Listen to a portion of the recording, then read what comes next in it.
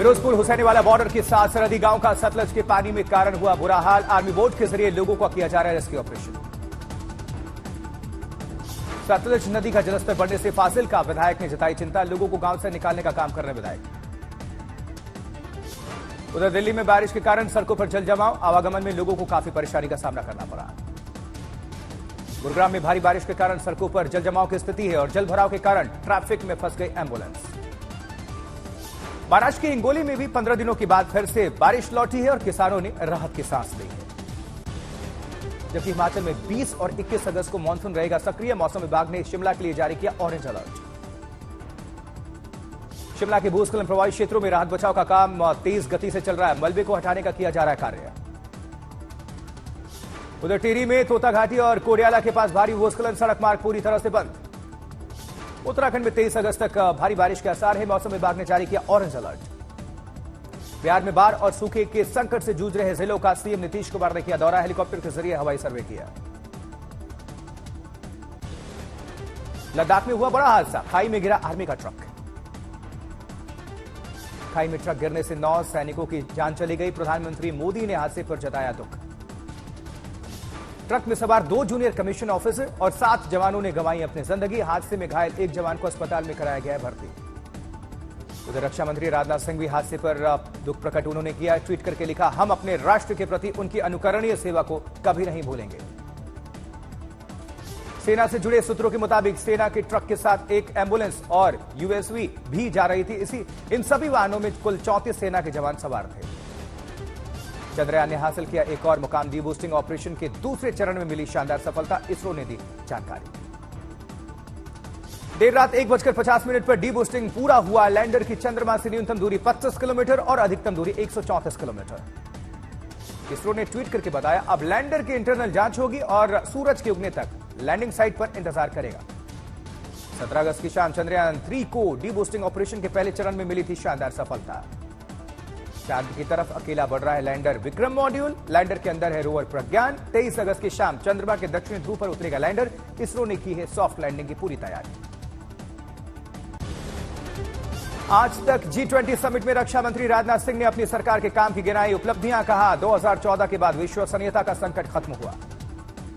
राजनाथ सिंह ने रक्षा क्षेत्र में आत्मनिर्भरता पर जोर दिया। कहा, रक्षा क्षेत्र में देश का बढ़ रहा है प्रोडक्शन। आज तक G20 समिट में केंद्रीय मंत्री नितिन गडकरी की भ्रष्टाचार पर दो टूक। एक भी प्रोजेक्ट में नहीं हुआ भ्रष्टाचार। जिनको राजनीति करनी है वो करते रहे। नितिन गडकरी ने 2024 में फिर से प्रधानमंत्री मोदी के पीएम बनने पर दावा किया। कहा, 2019 की तुलना में एनडीए को मिलेगी ज्यादा सीटें। विपक्षी दलों के गठबंधन पर बोले नितिन गडकरी, दिवाला निकलने के बाद नया बोर्ड लगा दिया। ये दुर्बल लोगों का गठबंधन है। आज तक G20 समिट में पीएम मोदी की सोच को केंद्रीय मंत्री पीयूष गोयल ने बताया समावेशी। कहा, G20 को लेकर सभी नेताओं ने प्रधानमंत्री मोदी की सराहना की। केंद्रीय मंत्री पीयूष गोयल ने विपक्षी गठबंधन को किया खारिज। कहा, हम चाहते हैं कि पीएम मोदी बनाम राहुल गांधी का हो जाए मुकाबला। आज तक G20 समिट में कांग्रेस नेता सलमान खुर्शीद ने सरकार को सलाह दी। चीन पाकिस्तान की चुनौती पर करना चाहिए विचार। उधर यूपी कांग्रेस के प्रदेश अध्यक्ष नए नवेली अजय राय के बयान पर बोले सलमान खुर्शीद, पार्टी की योजना हर जगह बताना जरूरी नहीं। अजय राय ने अमेठी से राहुल के चुनाव लड़ने का ऐलान किया था। आज तक G20 समिट में असदुद्दीन ओवैसी ने बिना नाम लिए राहुल गांधी और प्रधानमंत्री मोदी पर साधा निशाना। कहा, दुकानदार और चौकीदार की आपस में सेटिंग, दोनों मुस्लिम मुद्दों पर रहते हैं चुप। भारत में एक देश एक कानून को ओवैसी ने बताया असंभव। कहा, किसी का धार्मिक अधिकार छीनना गलत। ओवैसी ने चीन पाकिस्तान को लेकर केंद्र सरकार की नीति पर उठाए सवाल। कहा, चीन से मोहब्बत की आखिर क्या है मजबूरी। पाकिस्तान से आतंकवादियों के कश्मीर में आने पर जताई चिंता। 2024 के चुनाव को ओवैसी ने बीजेपी के लिए बताया कठिन। कहा, 2024 में बीजेपी के लिए रास्ता नहीं है आसान। आज तक G20 समिट में अखिलेश यादव ने इंडिया को घमंडिया कहने पर भड़क गए। कहा, जो इंडिया को घमंडिया कहे वो खुद घमंडिया। उधर बीजेपी को अखिलेश यादव ने बताया सबसे बड़ा परिवारवादी पार्टी। का अपनी कमी छुपाने के लिए दूसरों पर उंगली उठा रही है बीजेपी। कांग्रेस पर केंद्रीय मंत्री ज्योतिरादित्य सिंधिया ने लगाया तुष्टीकरण का आरोप। आज तक के कांग्रेस में बोले, राजनीति हमारा मकसद नहीं, जनसेना है मकसद। मोदी सरकार में भारत की दमदार छवि पर बोले ज्योतिरादित्य सिंधिया। कहा, यह प्रधानमंत्री मोदी के नेतृत्व से संभव हो सका है। विश्व पटल पर भारत के प्रति आया है बहुत बड़ा बदलाव।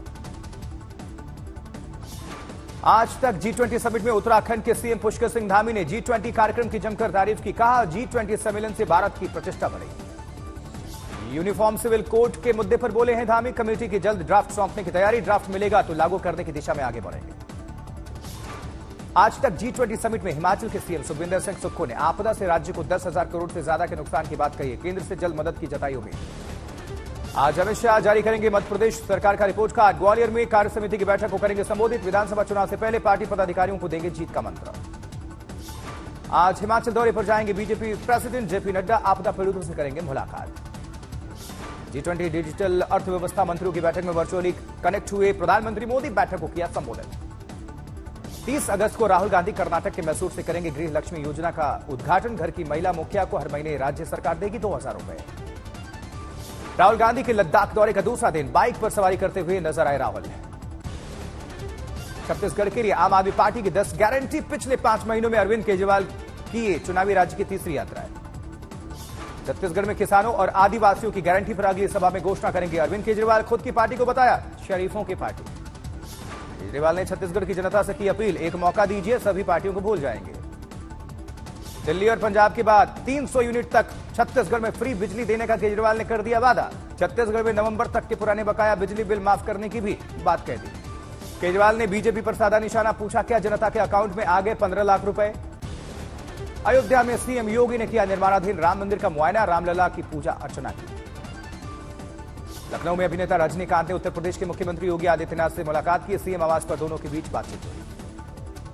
महाराष्ट्र सरकार ने रतन टाटा को उद्योग रत्न पुरस्कार से सम्मानित किया। CM Eknath Shinde, deputy CM Devendra Fadnavis और अजित पवार ने घर पहुंचकर सौंपे प्रशस्ति पत्र, स्मृति चिन्ह और शॉल। कर्नाटक सरकार ने मंदिरों के फंड पर रोक लगाने वाला सर्कुलर लिया वापस। कहा, मरम्मत और विकास कार्य रोकने का इरादा नहीं है। बीजेपी के अलावा कई संगठनों ने फैसले पर जताया था विरोध।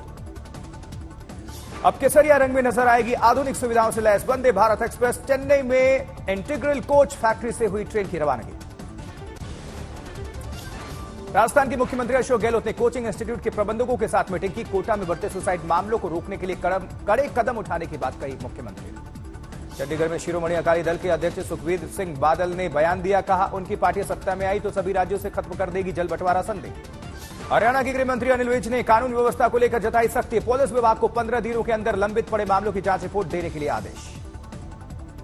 नूह में चले बुलडोजर पर हरियाणा सरकार की सफाई। कहा, कार्रवाई में नहीं किया गया किसी भी तरह का पक्षपात। बाबा बागेश्वर का पशुपतिनाथ मंदिर में हुआ भव्य स्वागत। बाबा के दर्शन के लिए उमड़ा भक्तों का सैलाब। बिहार के अररिया में पत्रकार विमल यादव की हत्या में 4 आरोपी गिरफ्तार। मृतक के पिता की शिकायत पर 8 लोगों के खिलाफ एफआईआर रजिस्टर। सिंदौली में ग्वालियर इंटरसिटी एक्सप्रेस के इंजन में आग लग गई। उदयपुर से खजुराहो जाने वाली इस ट्रेन की आग पर जल्द पा लिया गया काबू। नोएडा के 2 हाउसिंग सोसाइटी में स्वास्थ्य विभाग की रेड। स्विमिंग पूल और बेसमेंट में डेंगू का लार्वा मिलने पर फाइन लगाया गया। ग्रेटर नोएडा वेस्ट के गौर सिटी में लोगों ने किया हंगामा। 14 एवेन्यू में अस्थायी मंदिर और हनुमान जी की मूर्ति हटाने पर मेंटेनेंस विभाग पर लोग भड़के। पब्लिक ट्रांसपोर्ट के लिए देश में पहली बार सड़क पर उतरेगी हाइड्रोजन बस। कार्बन न्यूट्रल लद्दाख बनाने की दिशा में शानदार पहल। 0 से कम तापमान में चलने वाली बस का लेह में ट्रायल। देहरादून में बंदूक की नोक पर लूट की वारदात को अंजाम देने के मामले में 2 अरेस्ट। एक की तलाश में जुटी है अभी पुलिस। उधर बिहार बेगूसराय पुलिस ने 27 कार्टन विदेशी शराब जब्त किया है। राजस्थान के बाड़मेर में पिकअप वाहन से मोटरसाइकिल सवार को टक्कर हो गई। हादसे में दंपत्ति की जान चली गई। राजस्थान के भीलवाड़ा में तस्करों और नारकोटिक्स टीम के बीच एनकाउंटर। 2 तस्कर गिरफ्तार किए गए। उज्जैन में बीएसएनएल के अकाउंट ऑफिसर को बस ने कुचल दिया। लाइव सीसीटीवी फुटेज सामने आया। हरसौरा में अज्ञात लोगों ने युवक की पीट कर हत्या कर दी। परिजनों ने हत्या का मामला दर्ज कराया। जोधपुर ग्रामीण पुलिस ने 1 लाख के इनामी बदमाश विष्णाराम विश्नोई को गिरफ्तार किया है। बहुत चर्चित भवानी देवी प्रकरण का आरोपी है विष्णाराम विश्नोई। कन्नौर में एक आदमी ने ट्रेन पर फेंका पत्थर। आरोपी गिरफ्तार हुआ है। शिमला में ड्रग्स तस्करी मामले में पुलिस को मिली सफलता। एक महिला के साथ 5 लोग गिरफ्तार किए गए।